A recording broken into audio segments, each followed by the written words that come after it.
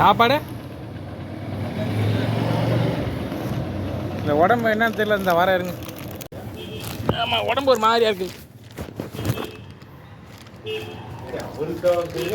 அண்ணனுக்கு உடம்பு சரியில்லைன்னு கேள்விப்பட்டு எனக்கு அந்த எஃபெக்ட் இதாகி போச்சு. சாப்பிடல மத்தியம் என்னண்ணா அநியாயமாக இருக்குது. 60 ரூபாங்கிறானா அது? கேட்டுவிட்டு வந்துட்டேன் கேஷிட்ட போய். டப்பா என்ன இவ்வளோ பெருசு? இந்த டப்பா 60 ரூபாயா? அது இவ்வளோ தான் டப்பா இருக்கும் அண்ணபுரனால. இது பாருங்க என்ன அநியாயமாக இருக்கு பாருங்க. 60 ரூபாங்கிறான் டப்பா.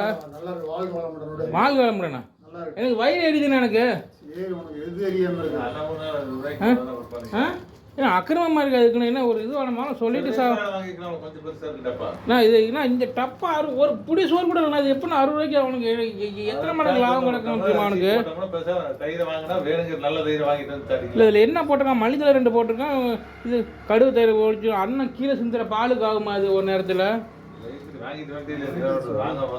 வயிறு அநியாயமாக இருக்குங்க 60 ரூபாங்கிறது. இது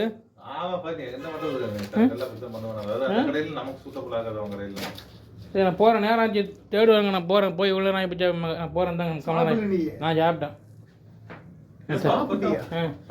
நல்ல நான் அன்றைக்கி சாப்பாடு செய்யலை. இன்னைக்கு காலை நேரமாக போனேன். கடையில் சாப்பிட சொல்லிட்டாரு.